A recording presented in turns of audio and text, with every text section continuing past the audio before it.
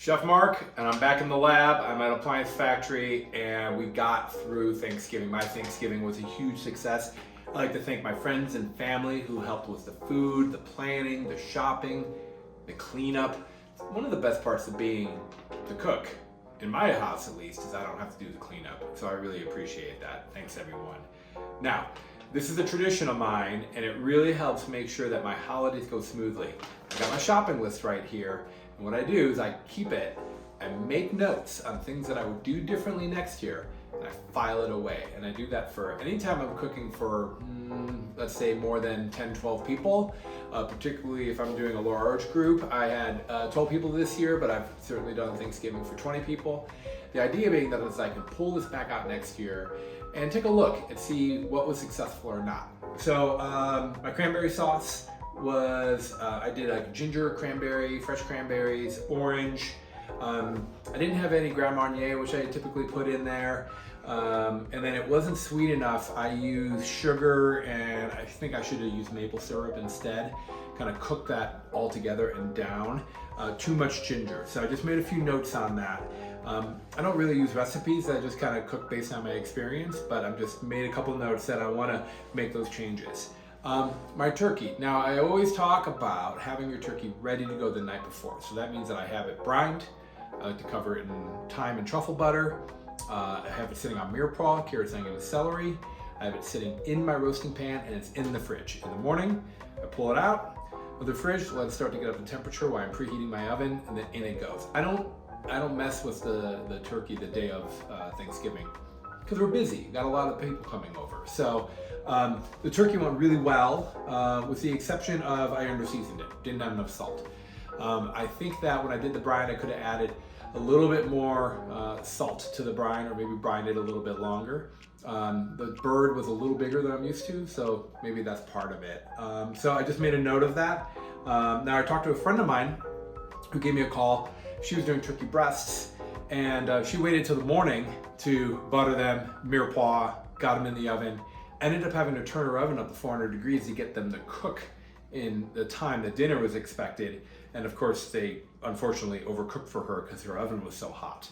And even though I suggested, hey, get all that done the day before, I think that she just wants that tradition of making everything fresh the day of, but it doesn't benefit you. It really doesn't benefit you in any way. The turkey's only going to get better if it's ready to go the day before, and then when you roast it, give yourself an extra hour, full extra hour for it to cool off and carve. It takes that long. The turkey holds a lot of heat. So if you carve it too soon, like when it comes out of the oven, it will be dry no matter what. So anyways, I wish I had a little bit more seasoning there. This year I did shrimp cocktail, and I normally poach the shrimp, make cocktail sauce, all that kind of stuff. And this year I just bought pre-cooked shrimp, made sure they were thoroughly thawed, nice and dry, bought cocktail sauce, cut up some lemons. You know what? Big hit. No one said a thing. No one said, hey, why didn't you make the shrimp cocktail? Well, I didn't have to. And so I'm gonna make a note here that I'm gonna save myself a little bit of time and effort just by buying cooked shrimp again for Thanksgiving. And then that time that I saved, I actually made an extra pie. So I usually make apple and pumpkin pie, but this year I also made a chocolate truffle tart, which is my signature dessert. And you know what, big hit, that one went out first. Everybody ate that. We had some whipped cream with that, and I made some berry sauce. So the time that I saved on the shrimp cocktail, I put in the desserts. I also have a list here of things that people brought. I'm not gonna tell anybody, but what I liked they brought and not, and then I know next year I could say, hey, John, we loved your Parker House rolls. Can you bring those again? And then Sally, your crispy green bean casserole. It was great. Thank you very much. But could you bring maybe a salad instead? That way I can kind of have a little bit more control of the entire menu. So it's kind of a pro tip. I don't want to hurt anybody's feelings, but I also want to make sure that the food is comprehensive. The entire menu works for kind of what we have in mind.